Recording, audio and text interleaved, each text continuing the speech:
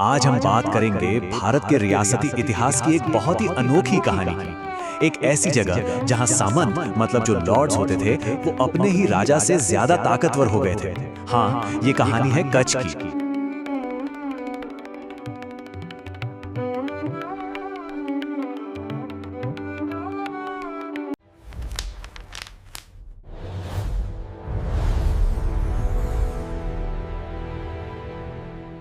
यहाँ पावर का बैलेंस इतना अजीब था, इतना अलग था कि उसकी वजह से 100 साल से भी ज्यादा लंबा एक संघर्ष चला।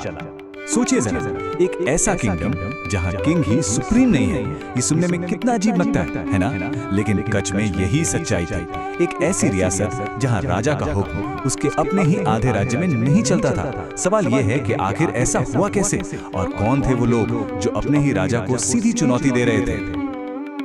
तो ये लोग थे भयात, जाडेजा राजपूत कुल के सामंत जो महाराव के ही भाई बंधु थे। मतलब ये कोई बाहर के लोग नहीं थे, घर के ही थे। और इसी रिश्तेदारी ने इस पूरी कहानी को और भी ज्यादा उलझा दिया। चलिए जरा और गहराई से समझते हैं इस पूरे सिस्टम को। तो सबसे पहले ये समझना जरूरी है कि ये अजीब सा पावर बैलेंस बना कैसे। इसकी नींव कच्छ की स्थापना के साथ ही पड़ गई थी। तो देखिए, ये भयात कोई मामूली जमींदार नहीं थे, वो रूलिंग फैमिली का ही हिस्सा थे। उन्हें अपनी अपनी जागीरें मिली हुई थी जहां वो अपना राजकाज चलाते थे, अपना टैक्स वसूलते थे और अपने कानून लागू करते थे। एक तरह से वो अपने अपने इलाकों के छोटे मोटे राजा ही थे। अब जरा इस आंकड़े पर नजर डालिए, ये सच में हैरान करने वाला है। कच्छ का लगभग आधा हिस्सा, हाँ पूरे 50% सीधे सीधे भयात के कंट्रोल में था। सोचकर देखिए, एक राजा अपनी ही आधी जमीन पर बेबस था। तो सवाल ये उठता है कि ये भयानक इतने पावरफुल बने कैसे? इसका जवाब हमें मिलता है 18वीं सदी के आखिर में फैली अराजकता और अस्थिरता में। देखिए, हुआ ये कि दो बड़ी घटनाओं ने सेंट्रल अथॉरिटी को एकदम खोखला कर दिया।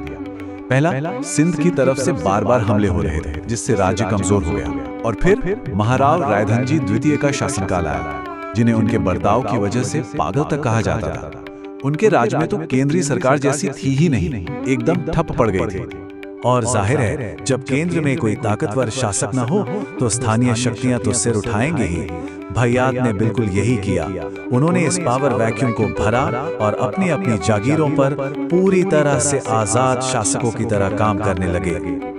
लेकिन कहानी में असली ट्विस्ट तो तब आया जब अंग्रेजों की एंट्री हुई और उनके साथ आई एक ऐसी संधि, एक ऐसी ट्रीटी जिसने भयात की ताकत पर हमेशा के लिए एक कानूनी मोहर लगा दी। साल 1819 अंग्रेजों ने कच्छ के साथ एक संधि की और इस संधि का आर्टिकल 16 भयात के लिए किसी वरदान से कम नहीं था। इसमें लिखा था कि ब्रिटिश सरकार भयात को उनकी संपत्ति के पूर्ण उपभोग यानी full enjoyment of their possessions की गारंटी देगी। सुनने में तो ये बड़ा सीधा साधा लगता है ना? लेकिन इसका मतलब बहुत गहरा निकलने वाला था।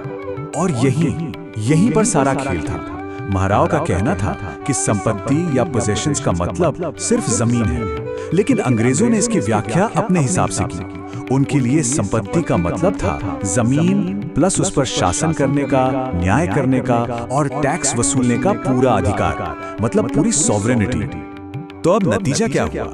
नतीजा ये कि भयात के पास अपनी अदालतें थीं, अपनी पुलिस थी और महाराव उनसे 1 रुपया भी टैक्स नहीं ले सकते थे। और सबसे बड़ी बात, इन सारी ताकतों की गारंटी कौन दे रहा था? खुद ब्रिटिश सरकार।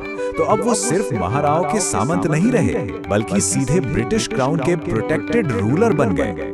इसके बाद जो शुरू हुआ वो सिर्फ एक राजनीतिक लड़ाई नहीं थी, ये 100 साल से भी ज्यादा समय तक चली इज्जत की लड़ाई थी। इज्जत मतलब मान, सम्मान, प्रतिष्ठा। ये लड़ाई अब सिर्फ जमीन या पैसे की नहीं रह गई थी, ये आत्मसम्मान की लड़ाई बन गई थी, जिसने महाराव और भयात के बीच के रिश्ते को अगले 100 सालों के लिए डिफाइन किया। तो यहाँ दो सोच आमने सामने थी। महाराव सोचते थे कि मेरी कैसी इज्जत है कि मैं अपने ही राज्य का पूरा राजा नहीं हूँ। वहीं भयात का मानना था कि हमारी इज्जत तो इसी बात में है कि हम किसी के नीचे नहीं हैं, हम आजाद हैं। और इसी टकराव ने कच्छ को लगभग 1 सदी तक एडमिनिस्ट्रेटिव डेडलॉक में फंसाए रखा।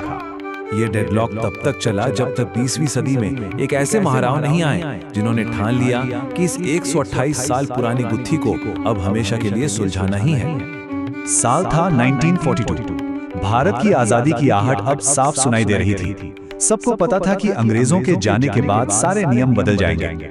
महाराव विजय राजी ने इस बदलते वक्त को पहचाना। उन्होंने फैसला किया कि बिहार की इस पैरेलल सरकार को खत्म करने का यही सही समय है। और उन्होंने एक बहुत ही सिस्टमैटिक, सोची समझी चाल चली।